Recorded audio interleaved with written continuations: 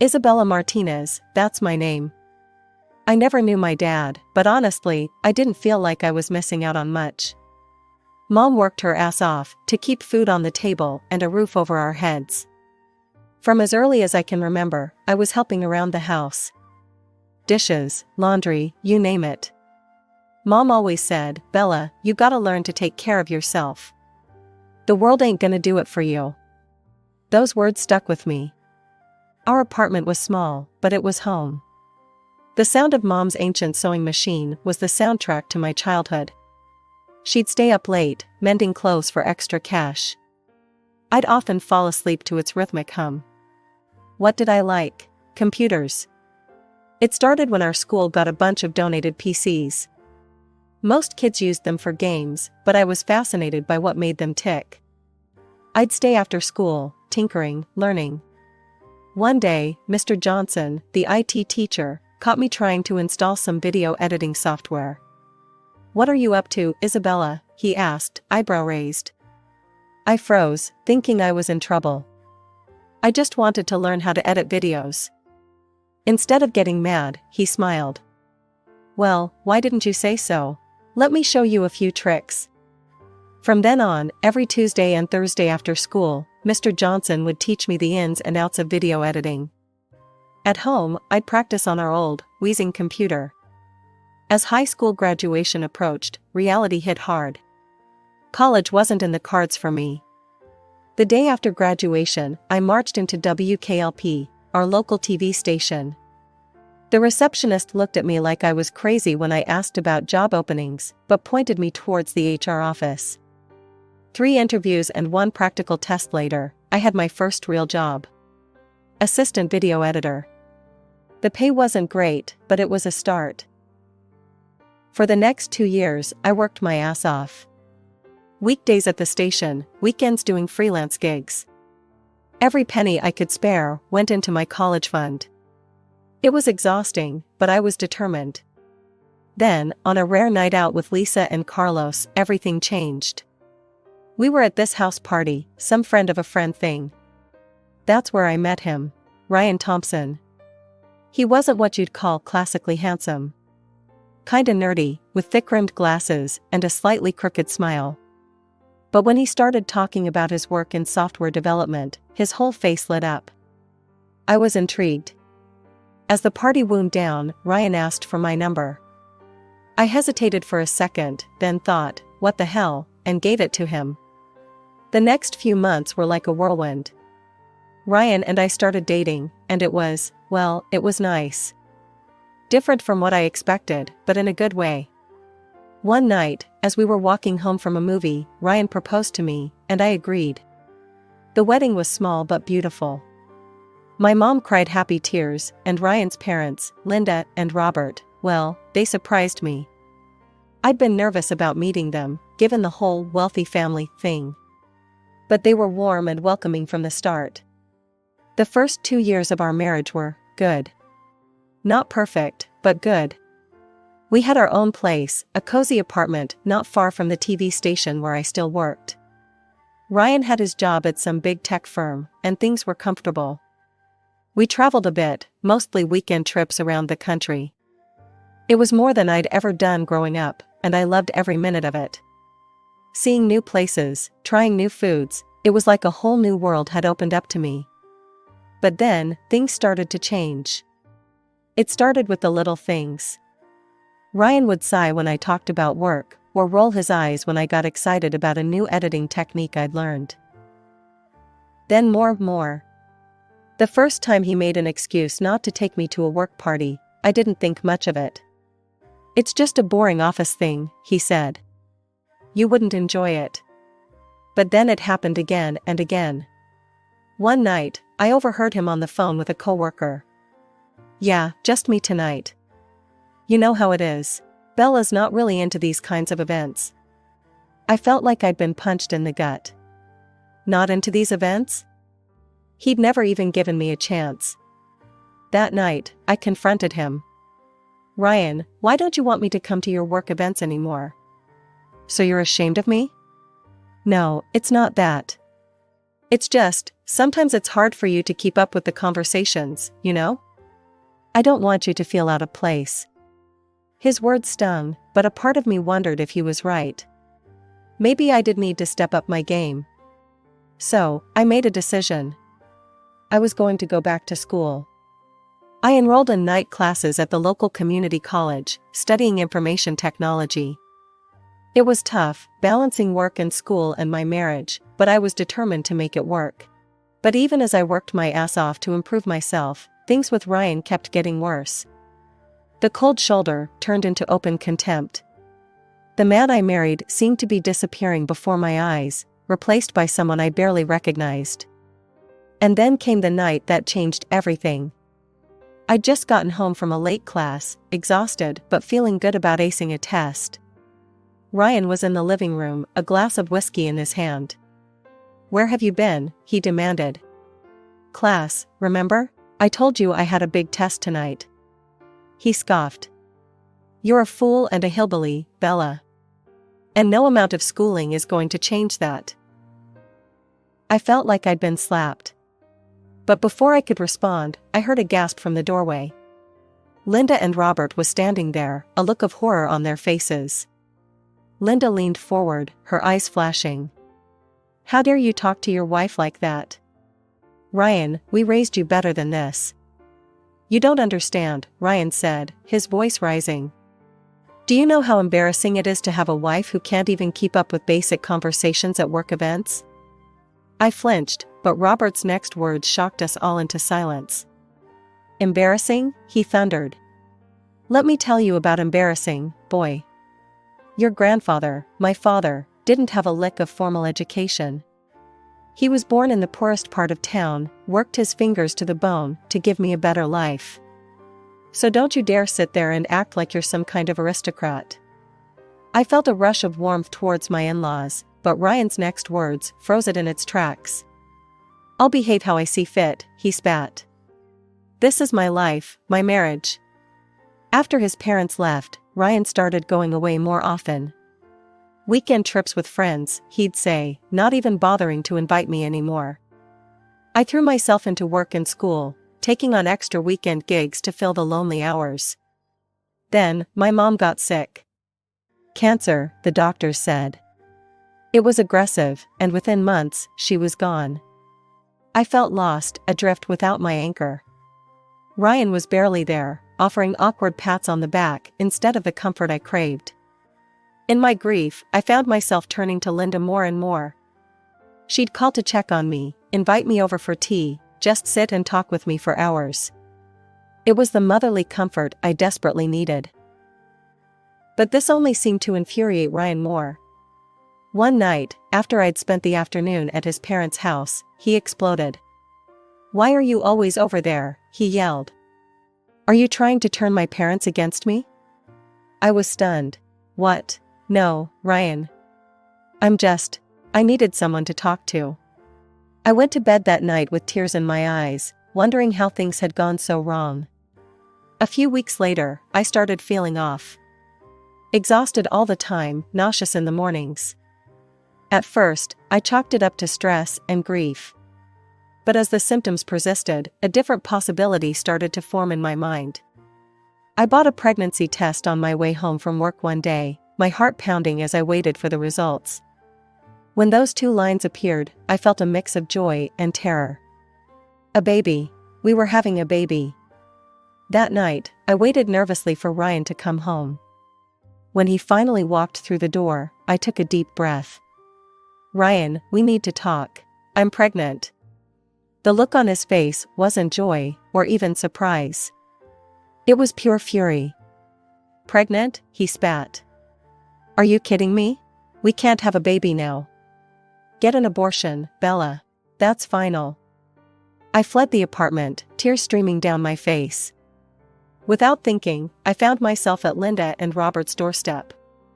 When Linda opened the door and saw my face, she immediately pulled me into a hug. Through my sobs, I told them everything. About the pregnancy, about Ryan's reaction. I've never seen Robert look so angry, or Linda so determined.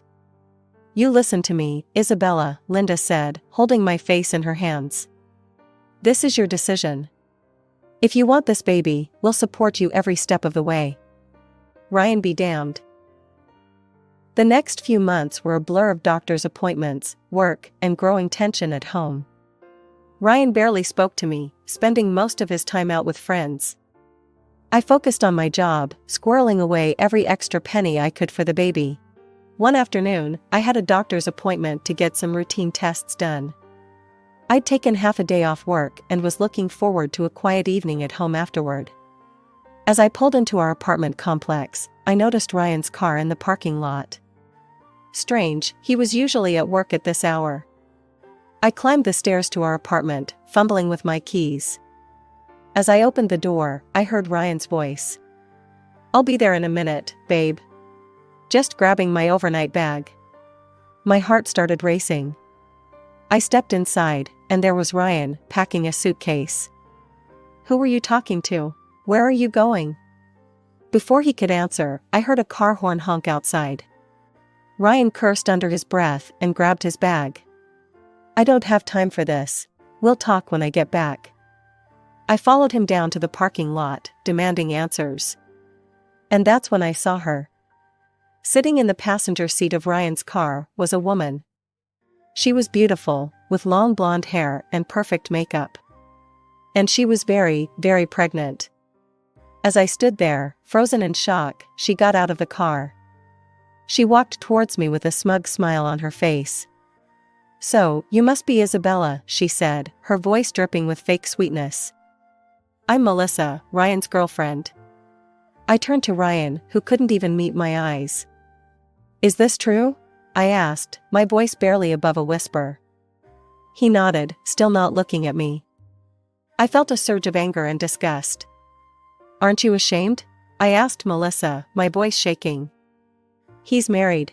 We're having a baby too." Melissa's smile turned cold. "Ashamed? No, honey, I had to fight for my happiness, and you've already lost this battle. It's not my fault you couldn't keep your man satisfied." I turned to Ryan, fury replacing my shock. "How could you do this? To me, to our baby?" He finally looked at me, his face a mask of indifference. "Come on, Bella, we both know this marriage was a mistake. I never loved you. You were convenient. A good housekeeper, someone to keep the bed warm. But Melissa, she's my soulmate. She's smart, educated. She fits into my world." Each word was like a knife in my heart. I stood there, tears streaming down my face, as Ryan got into the car with Melissa. "I'll be back on Monday to get the rest of my things," he said. "We can talk about the divorce then." As they drove away, I sank to my knees in the parking lot, my world crumbling around me. I picked up my phone with shaking hands and dialed Linda's number. When they arrived at my apartment that night, Linda took one look at my tear-stained face and pulled me into a fierce hug. I listened, numb, as Robert berated Ryan over the speakerphone. His words were sharp, cutting. "How dare you treat your wife this way," he thundered. "The woman carrying your child." Ryan's voice came through, defensive and cold. "Dad, you don't understand. Melissa is..." "Don't you dare mention that woman's name," Linda cut in. "We will never accept her, do you hear me? Never." There was a pause, then Ryan's voice, eerily calm. "Fine, I don't need your acceptance. I don't need you at all, I have Melissa now, and that's all I need." The next few months were a whirlwind. With Linda and Robert's help, I found a small apartment closer to them. The divorce proceedings were ugly, with Ryan fighting me every step of the way. But in the end, it was done. I was free of him, at least legally. When my daughter, Sophia, was born on a crisp autumn morning, it was Linda who held my hand through the labor. Robert paced the waiting room, every bit the nervous grandfather. Ryan refused to even see Sophia. When I took him to court for child support, he had the audacity to demand a paternity test. I agreed, knowing the truth. The results came back, confirming what I already knew: Sophia was his. The court ordered him to pay alimony, but I knew better than to count on his support. The years that followed were challenging, but also filled with unexpected joy. I threw myself into my studies, finally earning my degree in information technology. At work, my dedication paid off with a promotion to senior editor. But the real blessings were Linda and Robert. They embraced their role as grandparents with a fervor that sometimes brought tears to my eyes. Weekends were filled with trips to the park, family dinners, and impromptu movie nights. They were the family I'd always dreamed of, and Sophia adored them. 5 years flew by in a blur of bedtime stories, scraped knees, and proud moments. Sophia was growing into a smart, kind little girl, with her grandmother's smile and her grandfather's curiosity. Then, one ordinary Tuesday, everything changed again. Robert collapsed at home. The diagnosis was grim: advanced pancreatic cancer. The doctors gave him months, maybe weeks. I threw myself into helping Linda care for him. Work, Sophia, my own needs, everything took a back seat. Robert had been more of a father to me than my own had ever been, and I was determined to be there for him until the end. Despite our best efforts, despite the treatments and the prayers, Robert slipped away from us 3 months later. I held Linda as she wept, feeling as though I'd lost my own father. At the funeral, I stood between Linda and Sophia, our hands linked. Ryan didn't show up. I hadn't really expected him to, but his absence was a stark reminder of how far he'd fallen. As the weeks passed, Linda's health began to decline rapidly. The loss of Robert seemed to have drained her will to live. She became frail, often confused, and prone to long bouts of silence. The solution came to me that night as I lay awake, worrying. The next morning, I called my boss and arranged to work remotely. Then I packed up Sophia and our essentials and moved into Linda's house. Our new routine took some adjusting. I hired a nurse to care for Linda during the mornings while I worked on my video editing projects. In the afternoons, Sophia and I would take over. We'd read to Linda, help her with her physical therapy exercises, or simply sit and reminisce about happier times. Weeks turned into months. Linda had good days and bad days. On the good days, we'd sit in the garden, enjoying the sunshine and each other's company. On the bad days, I'd hold her hand as she cried for Robert, for the son she'd lost long before his father's death. One sunny afternoon, Sophia and I returned from a walk to find a man in a crisp business suit leaving the house. My heart raced, fearing the worst. "Linda?" I called out as we entered. "Is everything okay?" She was sitting in her favorite armchair, looking tired but composed. "Everything's fine, dear. That was just Mr. Harrison, my lawyer. I needed to discuss some legal matters with him." I nodded, not pressing for details. If Linda wanted to share, she would. "All right, how about some tea?" 3 weeks later, Linda passed away in her sleep. With shaking hands, I dialed Ryan's number. When he answered, I struggled to keep my voice steady. "Ryan, it's Isabella. Your mother passed away this morning." There was a long pause, then Ryan's voice, cold and detached.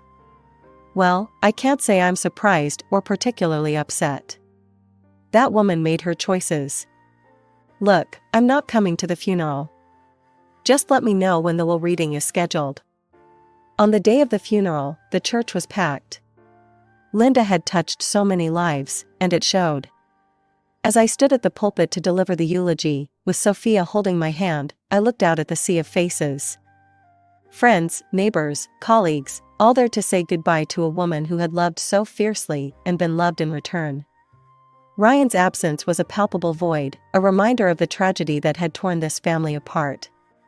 But as I began to speak, sharing memories of Linda's kindness, her strength, her unwavering love, I realized something profound. Family isn't always about blood. Sometimes, it's about choice.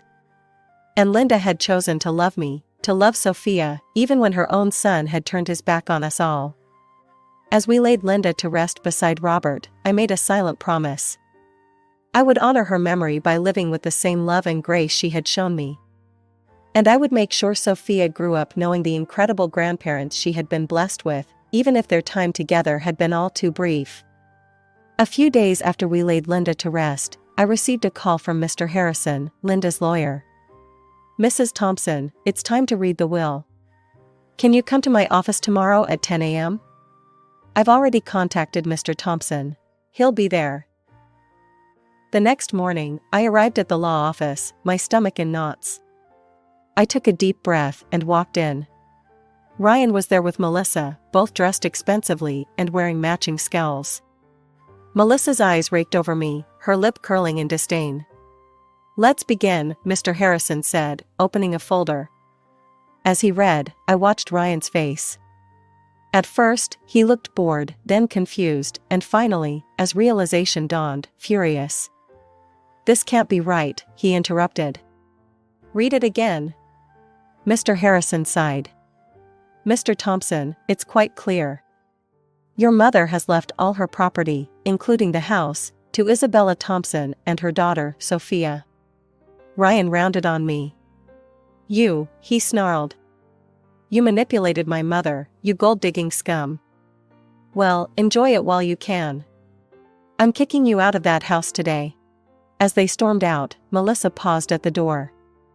"You might have won this round," she hissed, "but trust me, we're not done." I sat there, shell-shocked, as Mr. Harrison explained the details of the will. It wasn't just the house. Linda had left everything to Sophia and me, her savings, her investments, everything. "She wanted to ensure you and Sophia would be taken care of," Mr. Harrison said gently. "Linda loved you both very much." Tears welled up in my eyes. Even after she was gone, Linda was still looking out for us. But Ryan was true to his word. The harassment started that very night, incessant phone calls, threats, promises to destroy me. I changed my number, but it didn't stop. Then came the intimidation. Men would approach us on the street, making vague threats about paying what we owed. Sophia was terrified, clinging to me whenever we left the house. One day, as a man was making his usual threats, I discreetly hit record on my phone. As soon as he left, I went straight to the police station. The investigation moved quickly.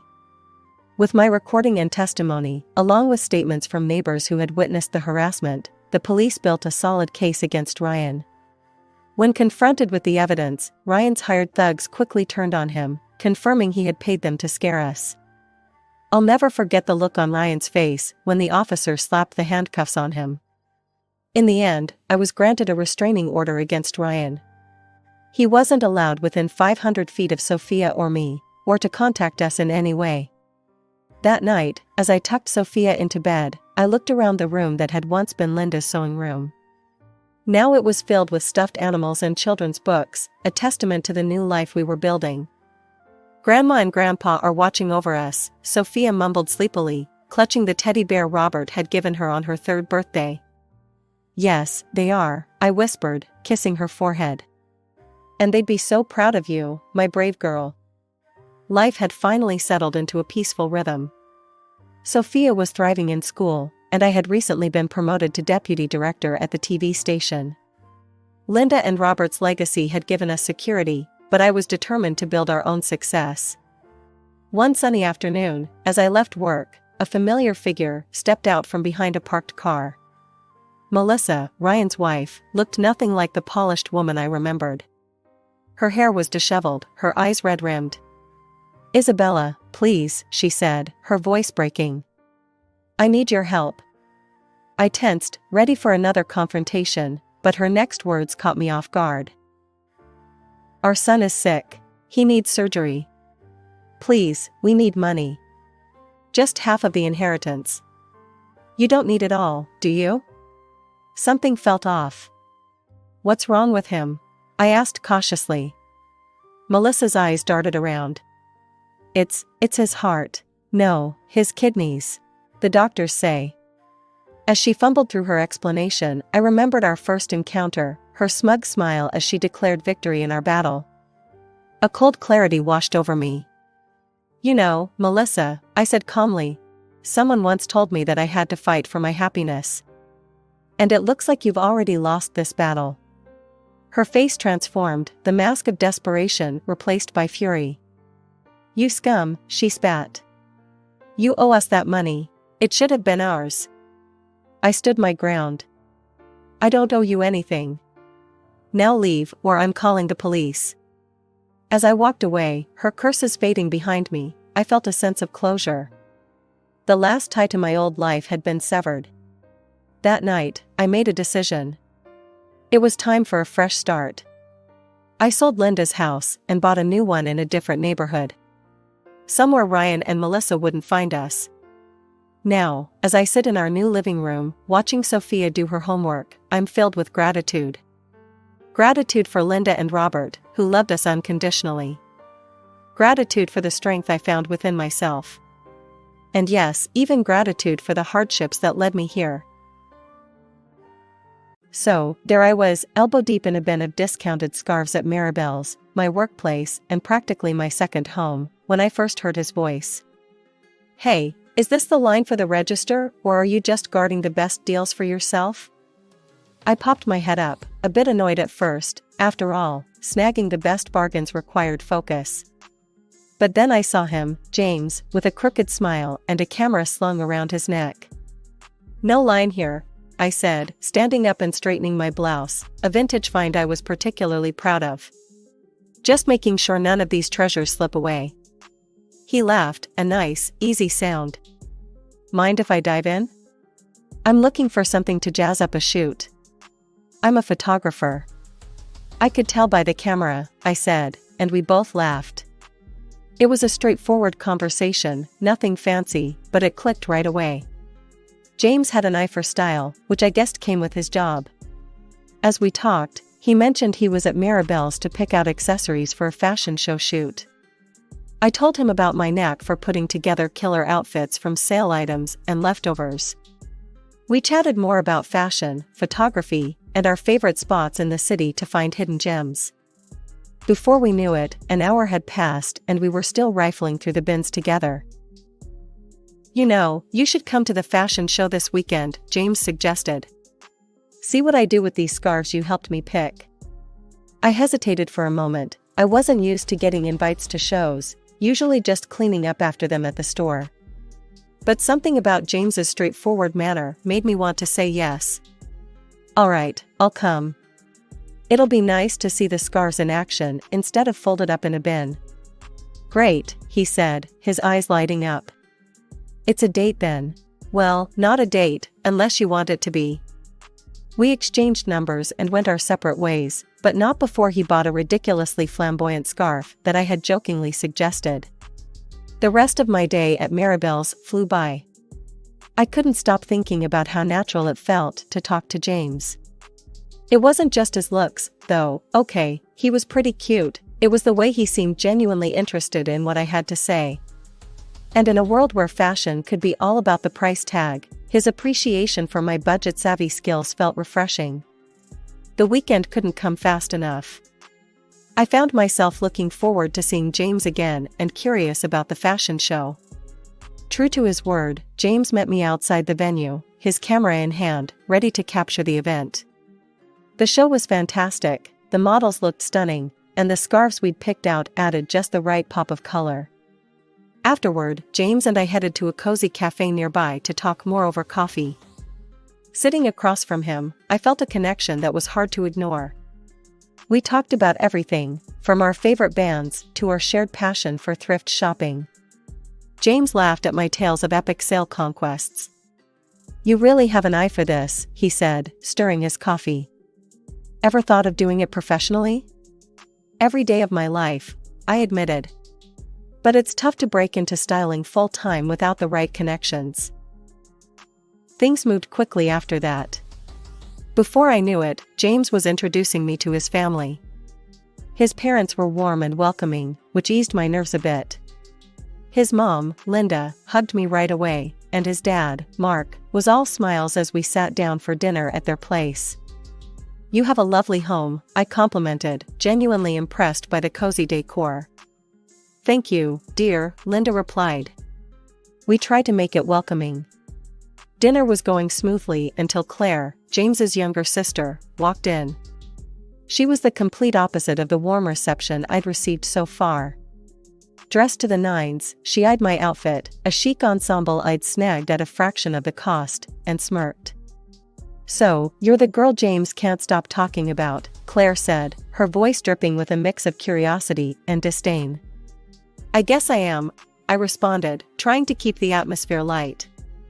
Our conversation was interrupted by Mark's compliment about my outfit. You look wonderful tonight, Elise. James tells us you're quite the bargain hunter. Proudly, I said. Thank you. Yes, I love finding good deals. Makes fashion more fun when it's like a treasure hunt. Linda nodded in approval, but Claire just rolled her eyes. I couldn't stand wearing something so economical. I prefer the finer things in life, not leftovers from a clearance bin. Mark frowned slightly at his daughter's rudeness. Claire, you could learn a thing or two about saving from Elise here. Oh, please, Claire scoffed. I'm not about to pinch pennies and miss out on the best. Life's too short for second-hand silk. The table went quiet. I felt my cheeks burn with embarrassment. James, meanwhile, just gave Claire a weak smile and didn't say a word. It stung that he didn't stand up for me. After dinner, as we were leaving, I couldn't hold back any longer. James, why didn't you say anything? Your sister was outright rude. He sighed, a look of discomfort crossing his face. Look, Elise, I know Claire can be a bit much, but she's my sister. I have to stick by her, you know? But sticking by doesn't mean you let her walk all over me, or anyone, for that matter, I countered, frustrated. James ran his hands through his hair. It's complicated. We've always been close, and I don't want to stir up drama. Let's just ignore her comments, okay? I nodded, not quite satisfied, but willing to let it go for the moment. However, deep down, I knew this was something we'd have to address sooner or later. If things were going to move forward with James, he needed to know that I wasn't just going to roll over and take that kind of treatment, not from Claire or anyone else. Things with Claire went from bad to worse after that dinner. It was like she had it out for me, finding every opportunity to dig into my lifestyle and choices. One sunny afternoon really highlighted the tension between us. I was on my way to check out a sale at a high-end boutique when I heard someone call out in a loud, mocking tone. There she goes, bargain bin queen herself. I turned to see Claire, flanked by her usual entourage, sneering at me from across the street. Her friends joined in with laughter, obviously enjoying the show. Yeah, headed to snatch up another glamorous discount? Claire added, her voice dripping with sarcasm. Keeping my composure, I responded with a calm and clear voice. Actually, yes.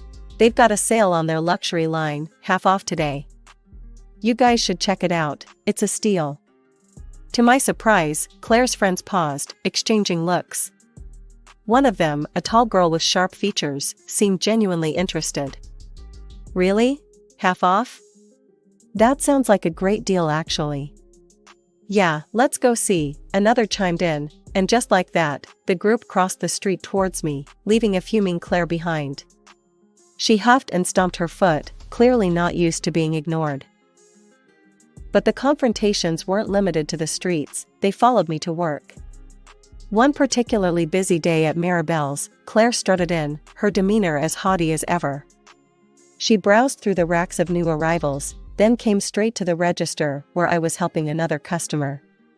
Hey, I need a favor, she said loudly, cutting off the person I was assisting. Can you give me a discount on this? She asked, holding up a sleek, expensive-looking dress from our latest collection. I'm sorry, Claire, but that's a new arrival. We don't have discounts on the latest collection, I explained, trying to keep my professional tone. Come on, Elise. We're practically family. You can make an exception, she insisted, her voice edged with entitlement. That's not how it works, Claire. I can't give discounts at my discretion, especially not on new stock. Her face turned a shade of red, and her voice rose. That's ridiculous. You're just being difficult because you don't like me. I'm going to talk to James about this. Feel free to do so, but our store policy won't change, I replied firmly, handing her back the dress. She threw the dress onto the counter and stormed out, muttering about how unhelpful I was and how she'd make sure her brother knew about my poor attitude. True to her word, James called me that evening, his tone frustrated. "Elise, my sister came home really upset today. Why wouldn't you help her out? She just wanted a little discount." "James, you know I work in retail. I can't just hand out discounts. It's against store policy, and it could get me in trouble," I explained, trying to keep my voice steady despite my growing annoyance. "But she's my sister. Can't you just make an exception this once?" he pressed. "No, James, I really can't. It's my job on the line." "You wouldn't want me to compromise my work, would you?" I countered. We ended the conversation there, but the issue remained unresolved. The constant tug-of-war over Claire's expectations and my refusal to bend the rules was straining not just my relationship with her, but with James as well. After the discount debacle, I did my best to keep my distance from Claire, but family dinners made that nearly impossible. At each gathering, she seemed more intent on flaunting her latest conquest, a wealthy guy she'd started seeing. She'd throw around comments about the lavish lifestyle she was expecting, each one feeling like a tiny jab at my more modest ways. During one such dinner, she was bubbling over with details about her upcoming wedding plans. "Oh, you wouldn't believe the size of the diamond he's getting me. It's simply massive," she boasted, making sure everyone at the table could hear. James, sitting next to me, chimed in with genuine enthusiasm. "Yeah, sis, make sure you snag that guy before he realizes you're way out of his league." He laughed, nudging her playfully. The conversation drifted to other topics, but the undercurrent of Claire's bragging lingered. It was clear she loved the spotlight. Meanwhile, James turned to me with a softer expression once we were alone in the car. "You're quiet tonight. Everything okay?" he asked, reaching over to squeeze my hand. "I'm fine, just thinking about our own plans," I said, forcing a smile. His eyes lit up. "Speaking of which, I've been meaning to ask you." He trailed off, and I felt my heart skip a beat as he pulled a small box from his jacket pocket. "Elise, will you marry me?" he said, opening the box to reveal a beautiful, simple ring that was perfectly my style. Tears sprang to my eyes, not just from the joy of the moment, but also from relief. "Yes, James, of course, I will." We spent the next few months deep in wedding planning. I threw myself into every detail, designing the style of the celebration with a keen eye. I ordered a special wedding dress with a large bow, something unique and stunning. I sketched and planned each aspect of the decor, from the photography areas to the table settings, ensuring everything followed a cohesive, elegant theme. At home, I spread out my designs on the living room floor, poring over fabric swatches and invitation samples. James watched, impressed with my dedication. "This is going to be incredible, Elise. You have such a great eye," he said, leaning over to examine a sketch of the archway I designed. "I just want it to be perfect. I want our guests to feel as special as we will on that day," I replied, my eyes scanning the room, imagining how it would all come together. We kept all the plans and sketches in a folder at home, a folder that became more stuffed with ideas and confirmations as the days went by. Every now and then, James would flip through it, nodding approvingly at my latest additions or suggesting little tweaks. Things started to feel rushed when Claire announced her wedding date, which was suspiciously set for 2 months before mine. I couldn't help but think she was trying to upstage me. Meeting her fiancé, a polite guy from a wealthy background, I figured he didn't really know what he was getting into. He seemed nice enough, but oblivious to Claire's competitive streak. One afternoon, I was out shopping with Linda, my future mother-in-law, trying to pick out some last-minute decorations for Claire's wedding, as well as some items for my own. We decided to take a break and grabbed some coffee at a nearby cafe. Linda stirred her coffee, looking a bit distressed. "I just don't understand Claire sometimes. She's leaving everything to the last minute. It's like she doesn't care about the details at all." I nodded, sipping my own coffee. "Yeah, it's a lot to pull together a wedding." Linda gave me an awkward smile. "I hate to impose, especially with your own wedding coming up. But maybe you could give her some advice? She seems to respect your style, even if she doesn't show it." I can try, I said, though the thought of working closely with Claire on anything filled me with dread. The opportunity came up at a family dinner later that week. The atmosphere was tense, as usual, thanks to the underlying rivalry that Claire seemed keen on fostering. During dessert, Linda brought up the topic. Elise has been doing such a wonderful job planning her wedding, Linda began, casting a meaningful glance my way. Maybe she could give you some tips, Claire? Claire, who had been halfway through bragging about her honeymoon plans, paused and looked at me. Her expression was hard to read. Thanks, but no thanks, Mom. I've got it covered. Relief washed over me, and I quickly chimed in. Of course, whatever works best for you. Yeah, I want my wedding to be unique, you know? Not like anyone else's, Claire added, a bit pointedly. The conversation moved on, but the jab lingered in the air. I just shrugged. If Claire wanted to take on everything herself, that was fine by me. Less drama to deal with. As the days ticked down to Claire's wedding, I threw myself into finalizing my own plans. My days were filled with calls to vendors, fittings for my dress with the large bow that I adored, and meetings with the decorator to ensure every detail was perfect. The moment I arrived at Claire's wedding venue, my heart sank. It was like walking into a mirror image of the wedding I had been planning for months. The floral arrangements, the decor, even the small touches I'd prided myself on choosing were all there, as if lifted straight from my sketches. Can you believe this? It's all so gorgeous. Linda exclaimed, completely unaware of the origin of the designs. I barely managed a nod, my eyes scanning the setup. It was more than just resemblance, it was a carbon copy. My mind raced, trying to understand how this could have happened. Then, Claire and her fiancé made their entrance, and my breath caught in my throat. She was wearing the exact dress I had custom ordered, down to the last detail, and clutching the bouquet I had so carefully designed. The sight was a gut punch. I pulled my phone out and dialed James, my hands shaking. James, where are you? We need to talk. Now. He picked up, his voice strained. Hey, I'm at the back with the guys. What's up? How could Claire's wedding look exactly like what we planned? The decorations, her dress, even the flowers, how, James? There was a pause, a moment of silence that felt like an eternity. Elise, it's all a misunderstanding. You're overthinking it. Overthinking it? I could hardly believe what I was hearing. I needed answers, and I needed them now. Ending the call, I marched over to where Linda was standing with Claire and her groom, just as another relative was gushing about the decor. It's just stunning, Claire. The creativity here is amazing. How did you come up with all this? They asked, their voice filled with admiration. Claire glanced at me, her smile faltering for a moment before she regained her composure. Oh, you know, I've been planning this for months. Wanted to keep it a surprise. I couldn't hold back. Really, Claire? When did you start planning? Because it looks exactly like the plans I have at home. The ones I showed to James. The area went quiet. Heads turned. Claire's face turned a shade of red, but it was James's reaction that caught my attention.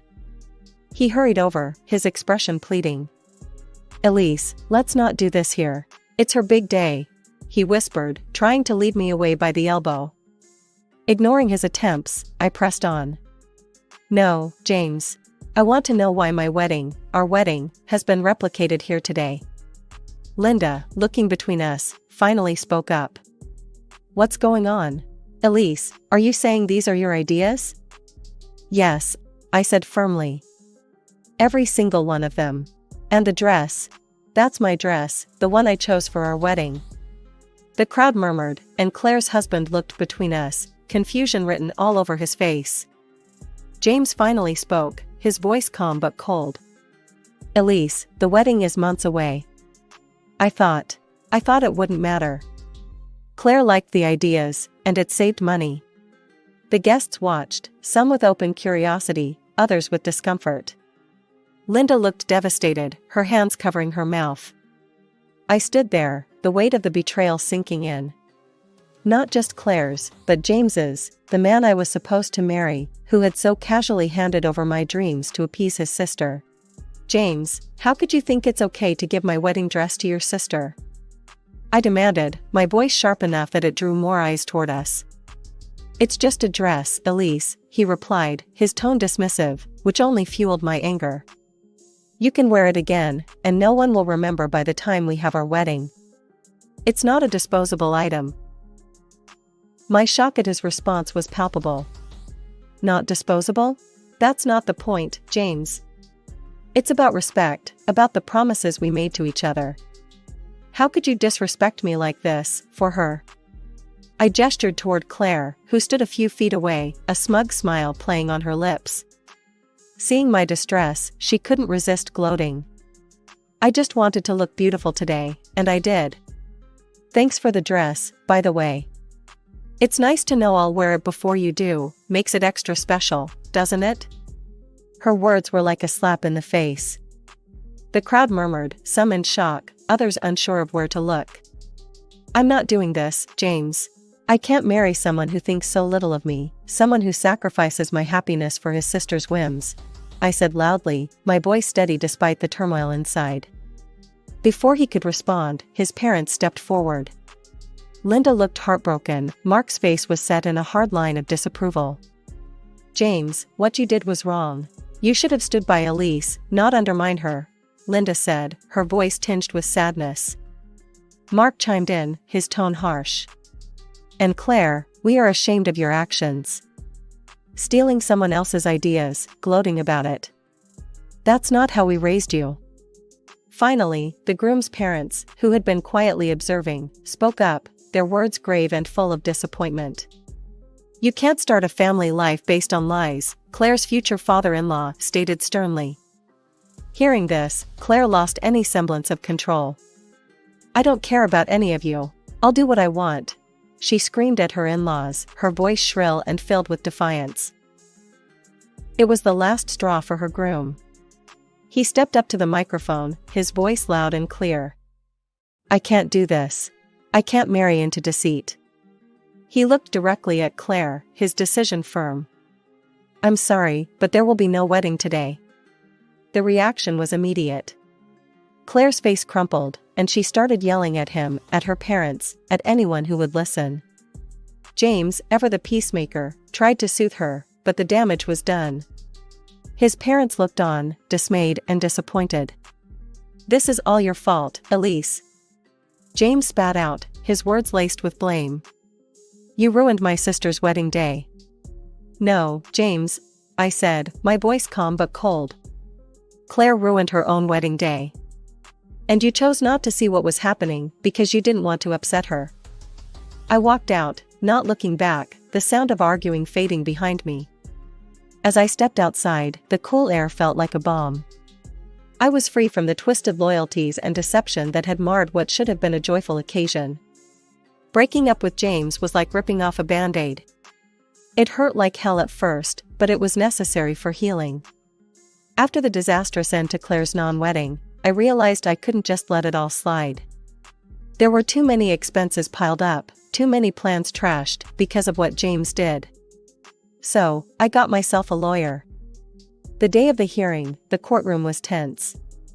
The judge called the session to order, and my lawyer laid out the case, presenting receipts, contracts, and testimony from various vendors. But the turning point came when Linda, surprisingly, agreed to testify. Her presence gave me a jolt of confidence. "Linda, can you tell the court about the events leading up to the wedding that didn't happen?" my lawyer asked. "Yes," Linda started, her voice steady, but filled with regret. "My son gave his sister the wedding dress and decorations that were meant for Elise's wedding. It was done without Elise's consent. I was very disappointed." "And in your opinion, did this action directly affect Elise's decision to cancel the wedding?" the lawyer continued. "It did. It was the last straw for her, and honestly, I can't blame her," Linda replied, casting a sad glance my way.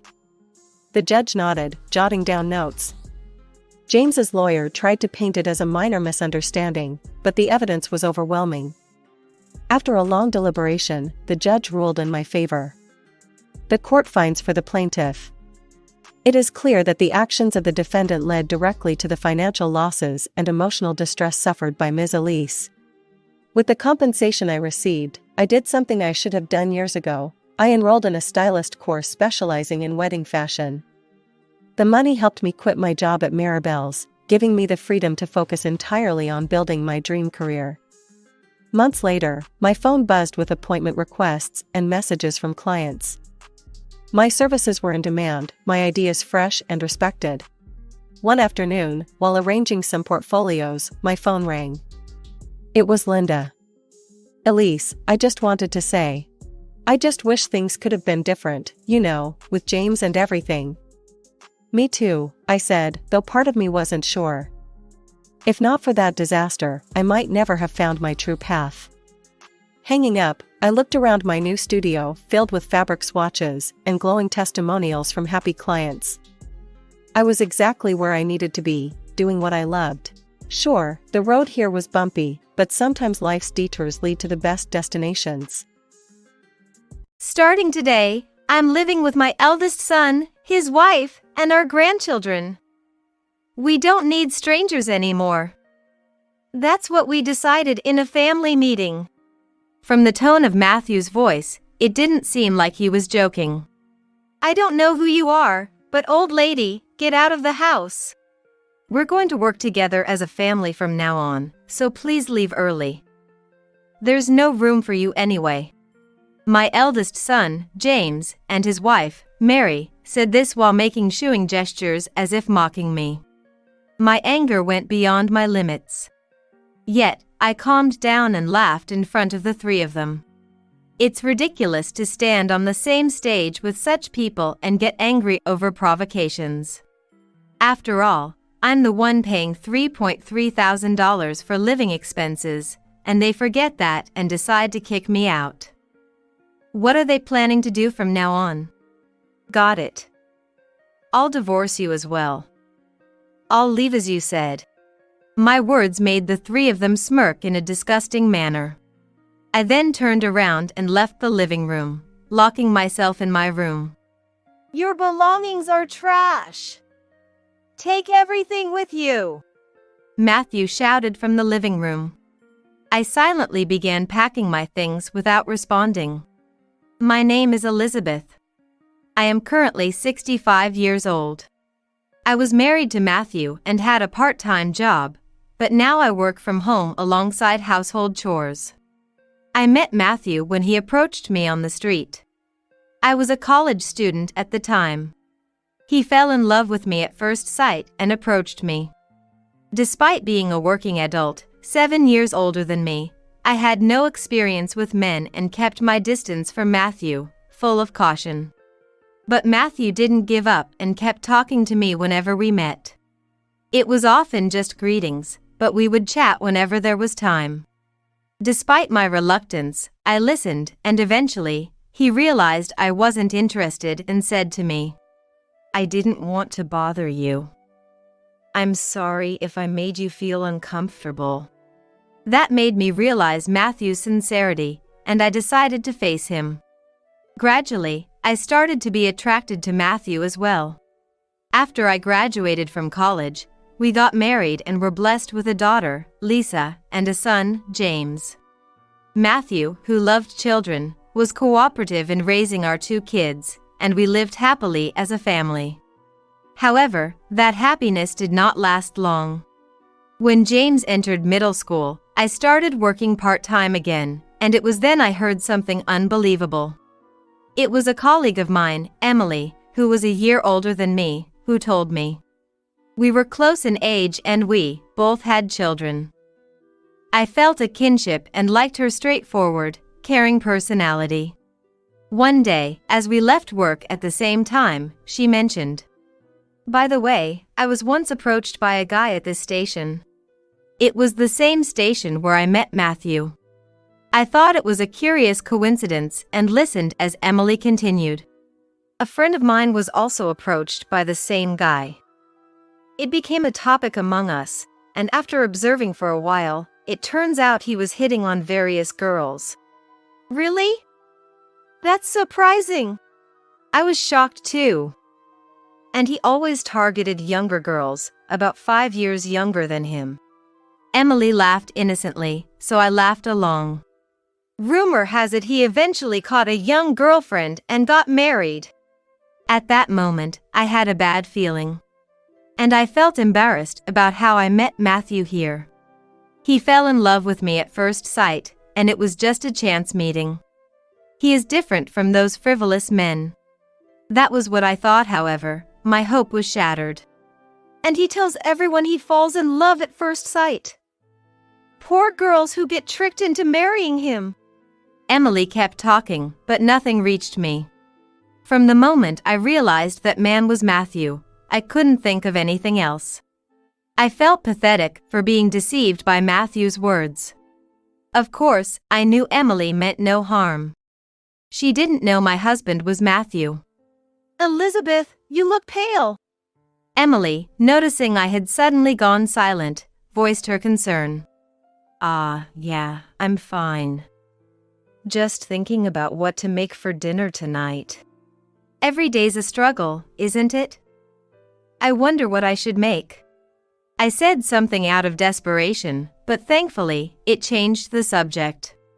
After that, I couldn't stop thinking about it and kept making mistakes at my part-time job from the next day on. Then, after dinner when the kids were asleep, I spoke to Matthew. Today, a friend from work told me something a bit troubling. Troubling? What kind of story? Matthew listened intently to my story. Surely, such a kind husband being the worst kind of frivolous man must be some mistake. I hoped it would be a laughable story. So I started talking, hoping for some reassurance. You know the station where we met, right? There seems to be someone there who falls in love at first sight with younger women. And that person, it seems, got married to one of the women he picked up there. I laughed after saying this, but Matthew didn't laugh at all. Instead of feeling reassured, I felt increasingly crushed by anxiety. My lips quivering, I managed to say, "It's just a coincidence, right? You fell in love with me at first sight, didn't you?" My voice trembled more than I thought it would. Matthew burst out laughing. And my relief was short-lived. There is no such thing as love at first sight. You were just the one who fell for it. He laughed in front of me, trembling. All that person did was cause unnecessary trouble. You would have been happier not knowing. That's terrible. So, you tricked me into marrying you? Was your love for me a lie? I couldn't help raising my voice at Matthew, who kept laughing absurdly. But Matthew, ignoring my feelings, added another hurtful comment. It's your fault for being deceived. I wanted a naive young girl who would fall for it, which is why I chose you. That statement was clear evidence that Matthew was fully aware he had deceived me. Well, someone like you would have ended up with a terrible man eventually. It's good you ended up with me. I'm going to bed now, I have work tomorrow. And with that, he actually lay down in bed. I admit I was foolish, but it was shocking to receive no support in my moment of realization. I thought I was loved, but realizing he didn't care who it was unbearably frustrating. When we went to greet my husband's parents for the wedding, they were relieved he was finally getting married and happy he married someone so young. I thought I was being praised, but Matthew must have been pressured to marry many times before. But now that I know this fact, there's nothing I can do about it. Although I no longer feel love, our marital relationship isn't bad, and with the children at a sensitive age, I can't bring myself to pursue a divorce. The sad and painful reality that I misunderstood love and got married was tough, but I told myself to endure it. Over time, I was able to come to terms with the past is just the past. Even if I no longer felt love for Matthew, there was affection for him as a family member. After learning the truth, our marriage wasn't as good, and Matthew began avoiding me on his days off, opting to gamble instead. Yet, I no longer thought about divorce, and after quitting my part-time job, I started working from home, leading a busy life. Our children grew up quickly, both graduating from college and finding jobs locally. Lisa later married a coworker and now has children. She lives far away, so we don't see each other often, but they're living happily as a family. The problem was James. After graduating from college, he found a job but resigned immediately. That company wasn't for me. The boss dumped all his work on me. The part-timers are useless, just blabbering all day. He complained so much that at first, I simply thought it was a bad fit with the company or the boss. That's tough. Surely, you'll find a company that suits you. I even supported his job change. Thanks to that, James did find another job but resigned again soon after. It was the same pattern over and over. I lost count of how many times he changed jobs before he turned 30. I wanted to defend my child, but at this point, it seemed like he was just being selfish. Full-time employment isn't for me. It's too much responsibility for a little pay. Part-time is enough for me. If a customer or the headquarters annoys me, I can just quit. In the end, James, who had resigned himself to his situation, was still hopping from one part-time job to another. Of course, that wasn't enough to cover his living expenses. He lived at his parents' house, not contributing to food or utilities, using what he earned as pocket money. James, you're over 30. You can't keep living like this forever, can you? I tried to reason with James several times. Even if you're not a full-time employee, you need to stick to one place to get a higher hourly rate, right? Patience is important too. But no matter how much I worried, it was pointless. As for Matthew, well, don't say that. He's our eldest son. We have to support him. He said. It might be okay for now. But isn't he worried about his child's future? Dad really understands, huh? James, spoiled by Matthew, didn't seem to want to quit his part-time lifestyle. Then, at 34, James suddenly said he was moving out. Just when I wondered what the wind had brought, it seems he's planning to get married. And he's found a full-time job. Actually, she's pregnant. So I've got to step up. James told me. I was overjoyed. Of course, I was worried about James. I felt a sense of relief that my son was getting married and the joy of having a grandchild. James's partner turned out to be Mary, who is 7 years younger than him. Since Matthew and I also have a 7-year age difference. Blood is thicker than water, huh? James laughed. Mary was to come over to our house to greet us. Nice to meet you. Please take care of me. For a gift, she brought Matthew's favorite cake, presumably having asked James about it, and her attire was clean, leaving a good first impression. Mary, looking forward to getting along. I greeted her with a smile, and Mary smiled back. It wasn't a smile. I felt a sense of discomfort as if she was provoking me somehow and tilted my head. Oh, sorry. Just remembered a love at first sight story. A love at first sight story? Contrary to my confusion, Matthew and James started laughing vulgarly. Haha. The story where Mom got fooled? What, James? You already told her? I was going to tell her myself. It was about how Matthew and I met. I didn't even know James knew about it, let alone that he had told Mary. I was so embarrassed my face could catch fire, but at the same time, I felt a disdain for the three of them. Mary smiled triumphantly again and opened her mouth towards me. I'm definitely loved by James, so please don't worry. Is that something you say to your future mother-in-law, even if it's just the first meeting? No, maybe she said it to keep me in check, because I'm going to be the mother-in-law. Mary, you're an interesting girl. Beautiful too, must be popular, right? Dad, with a wife like Elizabeth, you're in good hands, right? Then I'm relieved. I'll do my best to be a wonderful wife. The three of them started chatting, leaving me astonished on the sidelines. I didn't miss how Mary snorted at me.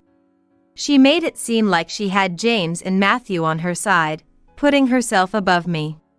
Mary was all about appearances, embodying the worst traits of a woman. James and Mary then started living together in an apartment not too far from our house. Despite her being such a person, if James is happy getting married, then that's all that matters to me. They soon had a baby. A healthy girl. I need to work even harder from now on, I thought just when an incident occurred. It happened one day when I returned from shopping for dinner. I heard a baby crying from inside the house. James's family must have come over, I thought, and hurried inside. As expected, James, his Mary, and my granddaughter had come. Oh, you're here? You should have let me know. Delighted, I put down my bags and rushed to my granddaughter. Then, Mary said to me in a chilly voice, who are you? What? I was stunned. I couldn't understand what was happening. James laughed vulgarly at her words. Amidst this, Matthew said seriously, starting today, I'm living with my eldest son, his wife, and our grandchildren. We don't need strangers anymore. That's what we decided in a family meeting. What? Judging by the tone of Matthew's voice, it didn't seem like a joke. I don't know who you are, old lady, but you need to leave the house. We'll work together as a family from now on, so please leave soon. There's no room for you, Mary said, mocking me, while gesturing me away with her hand. It's like we got married by mistake. And with Matthew's words, the three of them started laughing vulgarly again, pushing my anger beyond its limit. There's no way I should be ridiculed this much. However, I calmed down and laughed off in front of them. Being on the same stage with such people and getting angry at their provocations is just foolish. After all, I'm the one paying $3,300 for living expenses, and to think they'd forget that and try to kick me out. What exactly do they plan to do from now on? Got it. We'll get a divorce then. I'll leave just as you said. To my words, the three of them put on a sickeningly sweet smile. I turned around and left the living room, locking myself in my room. All your stuff is trash, so take it all with you, Matthew yelled from the living room. Without responding, I quietly started packing my belongings. The next day, I called the movers. It was a slow weekday, so they could move my stuff in the evening. Please, as soon as possible. I replied immediately and decided to move out that day. I wanted to get out of that house as fast as possible. That was my only thought. Watching me hurry to leave, Matthew said with a laugh, "Where does an unemployed old lady think she's going? I would have forgiven you if you apologized." I completely ignored his words. I didn't understand why I should apologize when there was no reason to. I'll be out of the way of the movers, so I'm off to the casino. Continually ignored by me, Matthew left the house after noon. I thought it would have been nice to hear a thank you for everything up until now, but expecting anything from him is foolish. Right. Then, goodbye, I said, watching Matthew leave the house. A few hours later, thanks to the movers, all my belongings were moved out. I contacted the real estate agent, got the keys, and completed the move. While there's still a bit of unpacking to do, I was relieved to have safely moved. All that's left is to fill out and submit the divorce papers, and I'll be officially free. Lying on the couch, feeling liberated, my mobile phone rang. It was Matthew. "Hello?" As I answered, Matthew shouted angrily from the other end. What is this?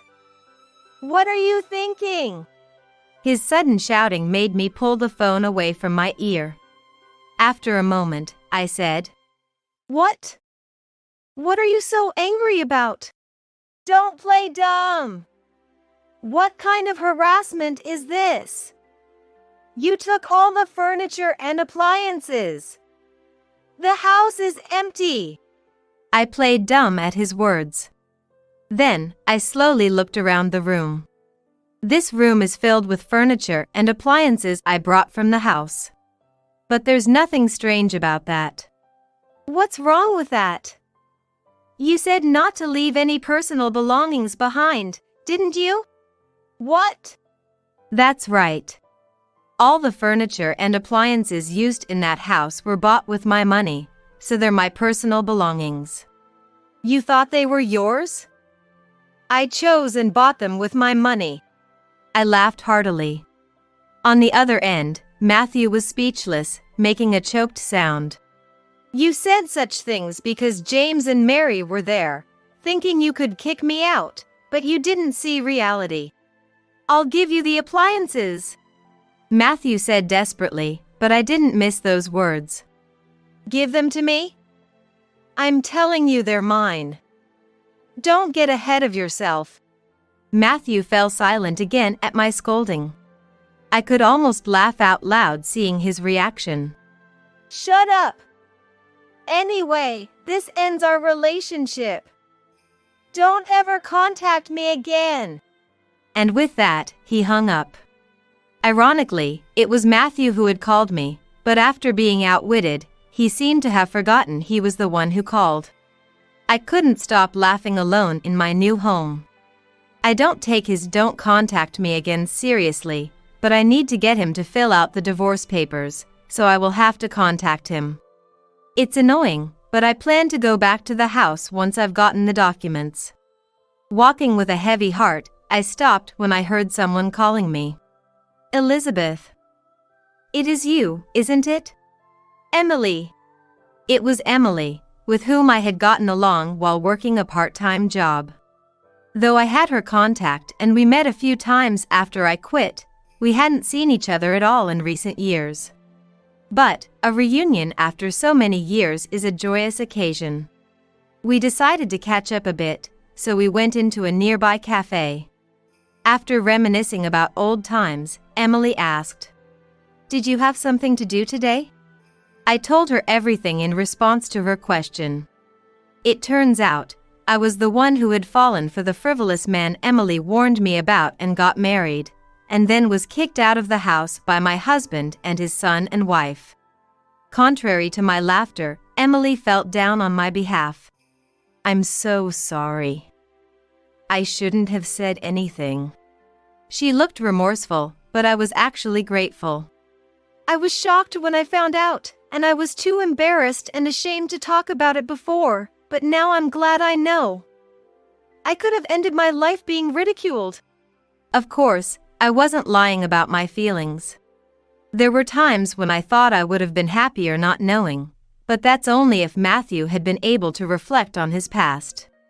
Considering Matthew's personality, not knowing would have just made me more of a fool. Being able to take action while I still can is thanks to learning about Matthew's true nature back then. By the way, did you have something to do as well? After my question, Emily started talking after a moment's thought. Actually, it's about my son. Your son? Didn't you have a daughter? After I quit the part-time job, I had another child. I came here today for a free legal consultation about him. From her story, it seems there's some trouble with someone. While thinking every family has its issues, we talked about various things before parting ways. When I got back home, my son's family was there.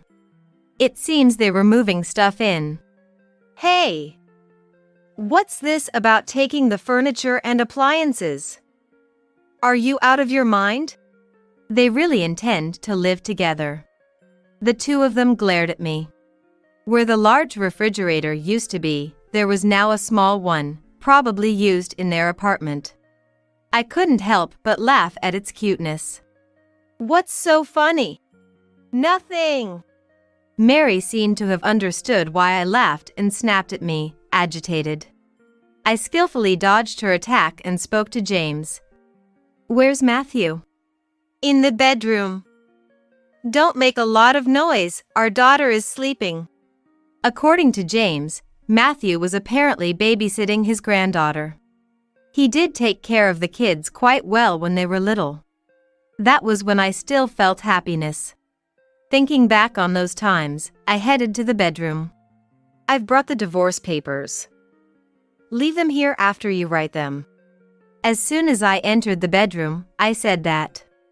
Matthew glanced at me, clicked his tongue, and quietly stood up. He was in the middle of cutting the nails of the granddaughter he had put to bed. I was having my moment of peace, but the old lady had to ruin it. Muttering complaints under his breath, he snatched the divorce papers from me. Ignoring Matthew, I looked at my granddaughter's face. She may be the child of my pathetic son, but she's my blood-related granddaughter. My feelings of her being adorable are genuine. But, looking down at her with a smile, I was shocked by what I saw. A small, adorable face. It looked exactly like Emily, whom I had just met. Then, I remembered what Emily had told me earlier. The trouble with her son's girlfriend involved her lying about getting an abortion to scam money and then disappearing. I thought every family has its troubles after Emily's story. But now, I wondered if Mary was the one who scammed Emily's son. That's what I thought. If my suspicions were correct, then this child might not be James's. Thinking about this with a pale face, Matthew spoke to me. Here, I've written it. Now leave. Okay. And take this with you. Well, you probably won't see this child again, so you might as well keep it. Matthew handed me a tissue wrapped around the granddaughter's nails along with the divorce papers. I silently took them and quickly left the house. Then, I hurriedly contacted Emily again. A month later, my cell phone rang. It was Matthew again. Hey!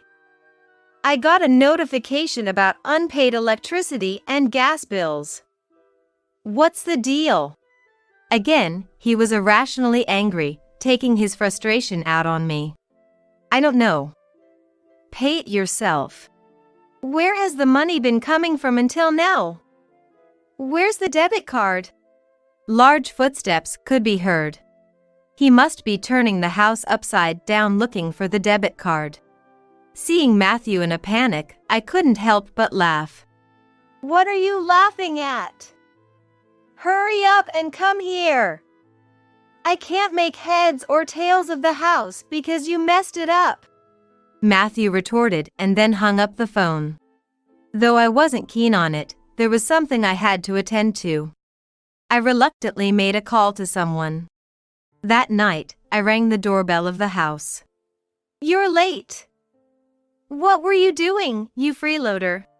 Matthew, who rushed out from the entrance, froze upon seeing the person next to me.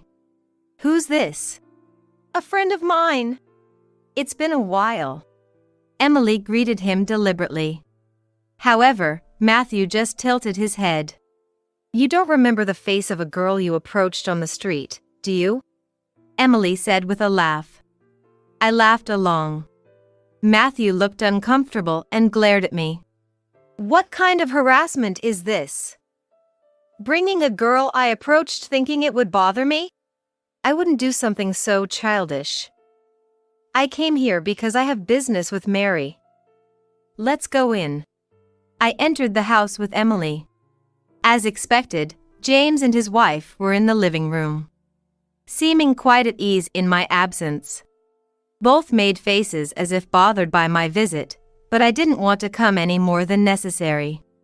So, you're Mary. Emily started speaking upon seeing Mary. Huh? Who? A friend of yours? Why are you bringing strangers to our house? Mary snapped back at Emily. Emily looked incredulous but quickly responded. I've been looking for you. It was hard to find you since you changed your last name after getting married. Hey, what do you want with Mary? James stood up. Then, Emily handed an envelope to James. With a puzzled look, James took out the documents inside.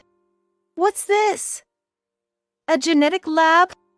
James read the name on the documents, which included Emily's son's name.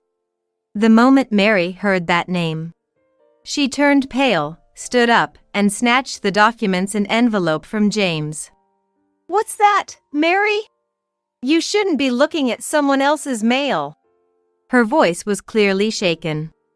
Mary seemed to know about Emily and the contents of that letter. We had a DNA test done between my son and Mary's daughter. What? Your child is my son's child. Unfortunately, there's no blood relation to James. With Emily's words, James turned pale and froze. Mary remained motionless, also pale. What do you mean? Matthew, who had been silent, cut into our conversation. I said with a smile. Your granddaughter's nails you gave me? They were put to good use. That's right. I had handed the granddaughter's nails that Matthew had pushed onto me to Emily. And I told her that the granddaughter looked just like Emily. Mary was being rude and ungrateful. Scamming people for abortion money isn't beyond her. Emily secretly sent her son's hair and the granddaughter's nails I gave her to a testing facility. And it was proven there was a parent-child relationship between them. However, Emily hasn't told her son about this yet. Emily's son has been very worried about the baby that might have been born, and telling him now would make him restless. Before anything happened that could shock her son, Emily wanted to confirm the situation herself. There must be some mistake. That child isn't mine?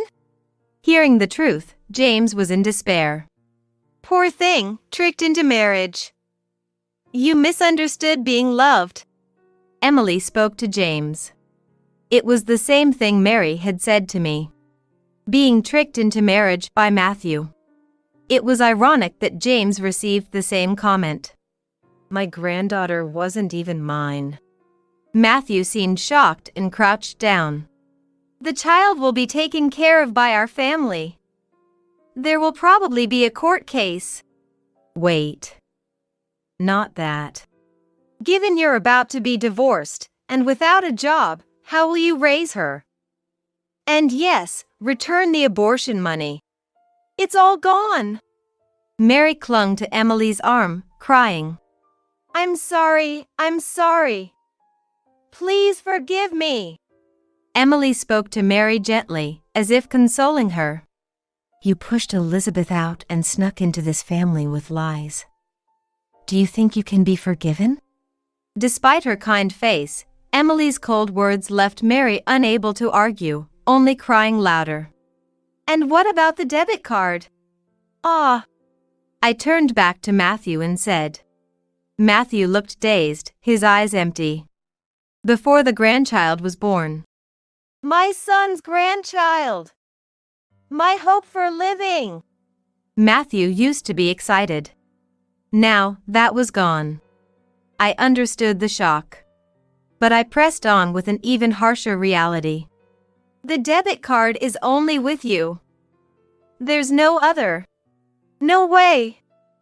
Then how have we been managing the living expenses until now? Isn't there a bank account for utilities and living expenses? I was the one covering the living expenses. Every month, $3,300. Of course, I have no intention of doing so anymore. My words made James look up. Matthew's eyes darted around in confusion. Yes. $3,300. Every month, unbeknownst to Matthew, who then exclaimed in surprise. What? You didn't know?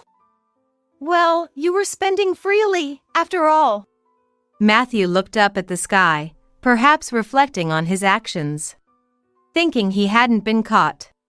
He knew about the gambling debts, taking money out of the food budget when short. The money I set aside for bills disappearing wasn't a 1 or 2 time occurrence. Thought you hadn't been caught? Your wasteful spending was driving up our living expenses. Matthew retorted defiantly at my words. Even so, there must have been some bank account with savings or bonuses. Such things you took out years ago and spent it all at the casino. Don't you remember? Faced with the truth, Matthew looked shocked. He must have forgotten. And thought it still existed. I sighed in frustration. I had been quietly covering for his expenses with my money. Do you realize now, after trying to kick me out, how much you depended on me? Live with that regret. Lies! How could a poor person like you have that kind of money? Matthew yelled, refusing to accept the truth. Talking further seemed pointless. If you can't believe it, then fine. I shifted my gaze to James. That goes with you, too, James. Huh? James, disheartened by Mary and his daughter's situation, looked at me with vacant eyes. You've been hopping from part-time job to part-time job, not contributing to the household. You've been living off my money, and after kicking me out, have you thought about what will happen? Dad's savings are 0. You might still be able to work now, but how long do you think that will last considering your age? James seemed to realize the gravity of the situation, trembling as if he'd seen something terrifying. You might have thought living costs would decrease by having me back like when you were single, but you're mistaken if you think you can live the same life after driving me away. No one responded after that. Only Emily gave me a satisfied pat on the shoulder. I'm glad I could say what I wanted to. Shall we go then? Yes. Mary, I'll be in touch. As Emily and I were about to leave, James called out to me. Mom, where are you living now? Living alone must be hard, right? You can come back if you want. A contrived smile. Calling Mom for the first time in decades. He was trying to appease me. I could see through his dirty intentions and replied with a slight smile. Not at all. I'm living in a high-rise condo now. It's more comfortable than here. A high-rise condo? Yes. Bought it for $1 million. Don't worry, if anything happens to me, it's arranged to go to Lisa, so I won't be a burden to James. James and Matthew exchanged glances at that amount. And Matthew stared at me, forgetting to blink. A $1 million high-rise condo? Where the hell did you get that kind of money? Could it be you're actually rich? Huh? Emily tilted her head in confusion at those words. Your family doesn't know you're a popular novelist? I never told them because I thought they'd just make fun of me. Looks like the one that got away was a whale. As Emily and I laughed together, Matthew and James stopped me with a change in their demeanor. Look, Elizabeth, I was wrong. You've been doing such amazing work and I never realized, never gave you credit. I truly regret it. So, won't you come back? Their sudden turnaround was nauseating. They pleaded with such ingratiating tones, as if begging me. Mom, to be able to live in such a place, you must be incredible. Come back. If not, could you at least help with the living expenses? Please. I was just deceived by that woman, isn't that pitiful? James said this, pointing at the disheartened Mary. Mary shivered but seemed to have no fight left in her, sitting by her sleeping child without moving. I felt a bit sorry for her, but after all, she brought this upon herself and I had no intention of helping. Poor thing, deceived into marriage. I turned my gaze back to James and said, So, therefore, you have to figure it out yourself, right? It's your own fault for being deceived. With those words I've heard so many times before, I pushed Matthew and James away. They seemed to finally realize they were being abandoned by me, slumping onto the sofa in shock. Well then, I cheerfully bid farewell and left the house. My family, who had shown no interest in me. They never believed me when I said I was paying, always treated me like a poor person. They ridiculed me for working from home, never knowing I was a novelist. That I made money from royalties and invested in real estate. Being praised for my work by such people now meant nothing to me. In fact, I wanted nothing to do with them. Mary, who deceived me and drove me out, and James and Matthew, who lost their family and hope due to their continuous ridicule.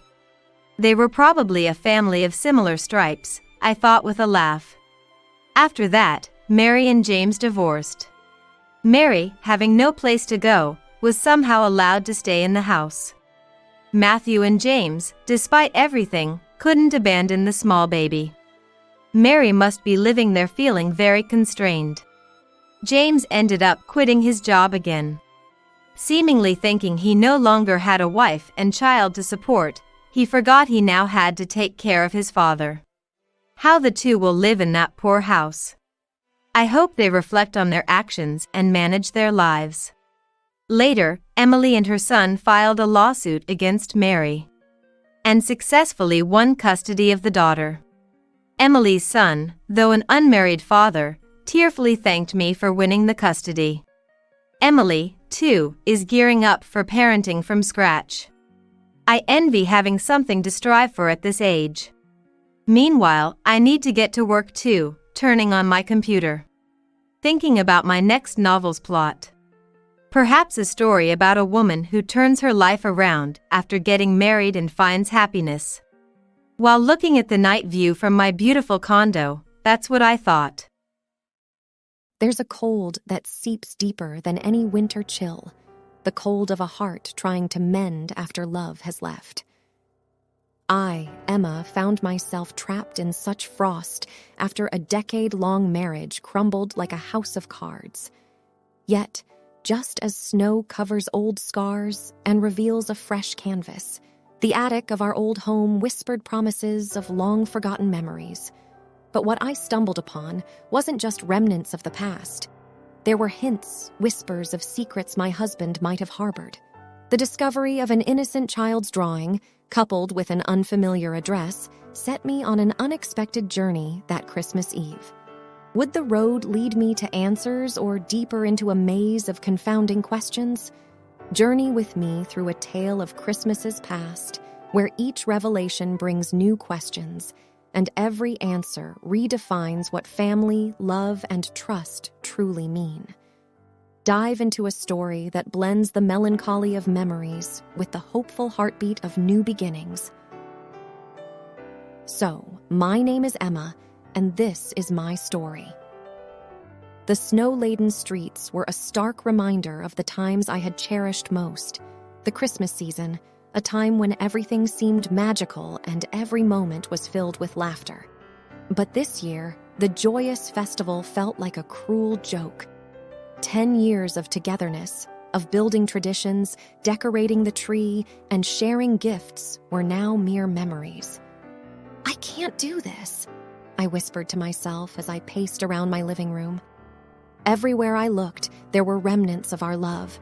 From the half-assembled Christmas tree, our project left undone, to the untouched ornaments that we had collected over the years.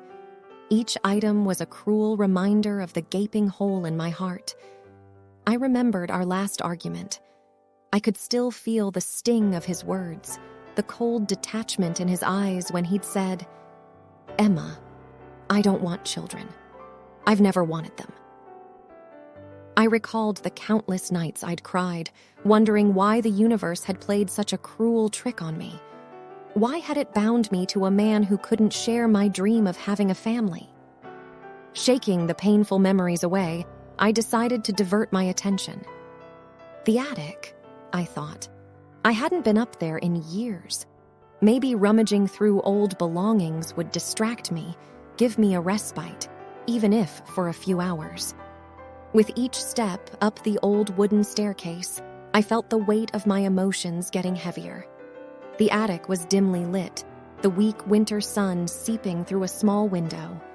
Dust hung in the air, dancing with the rays of light, a testament to the long time that had passed since anyone had visited this space. As I shuffled through old boxes, yearbooks, and forgotten memorabilia, my eyes landed on a familiar box. Its ornate design and meticulous wrapping were hard to forget. This was our box, the box where we kept all the gifts we'd exchanged over the years.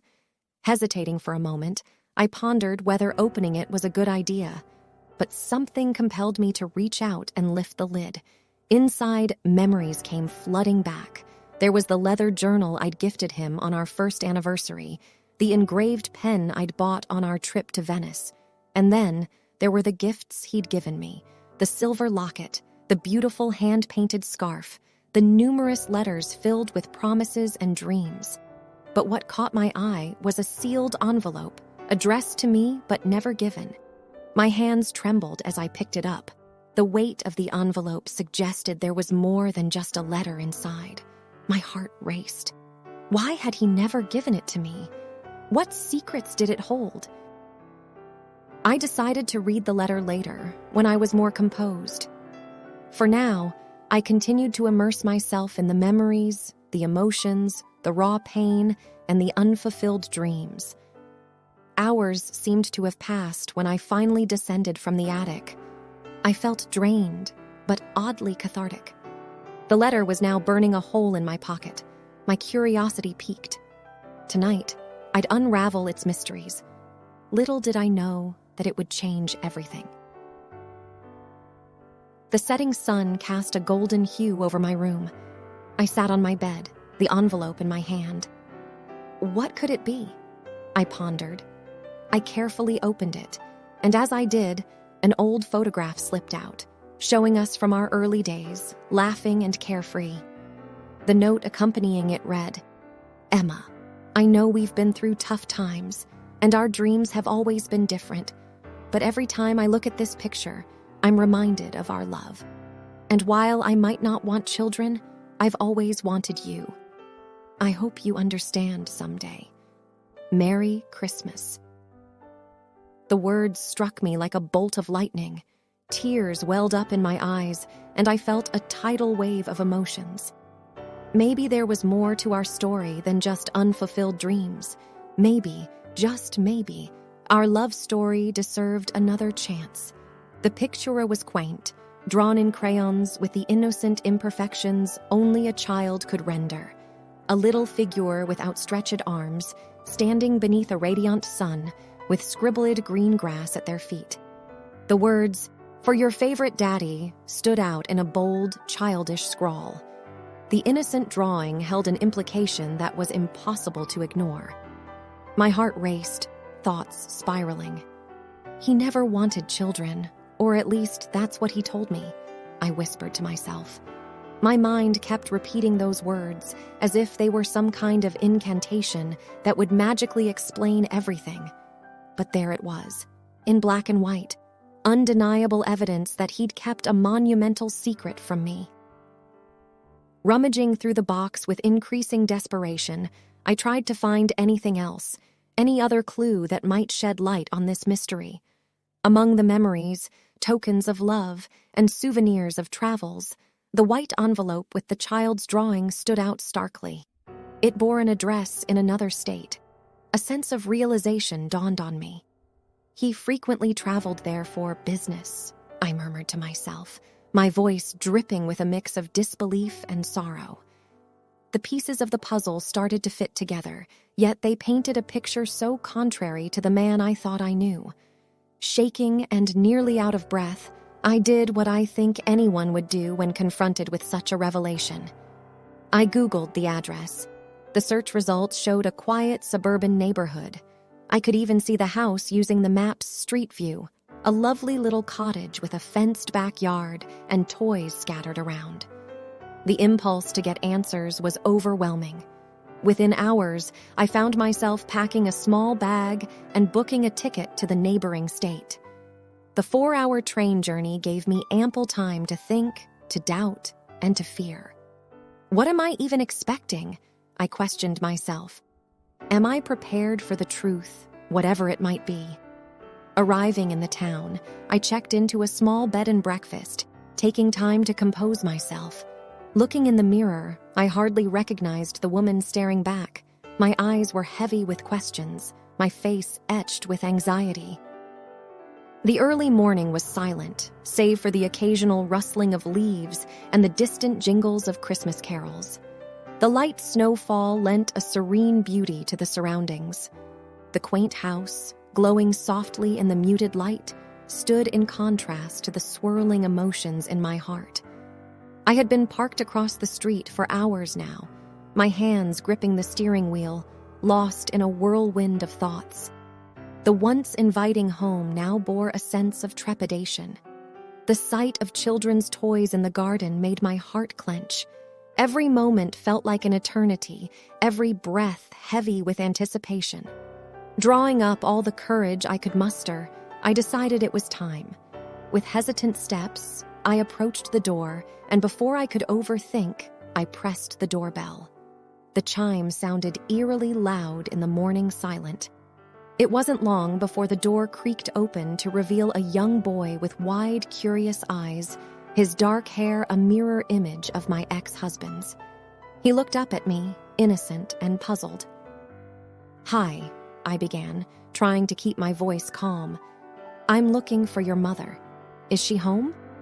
Before he could reply, a young woman appeared behind him. Her surprised eyes locked onto mine. "Can I help you?"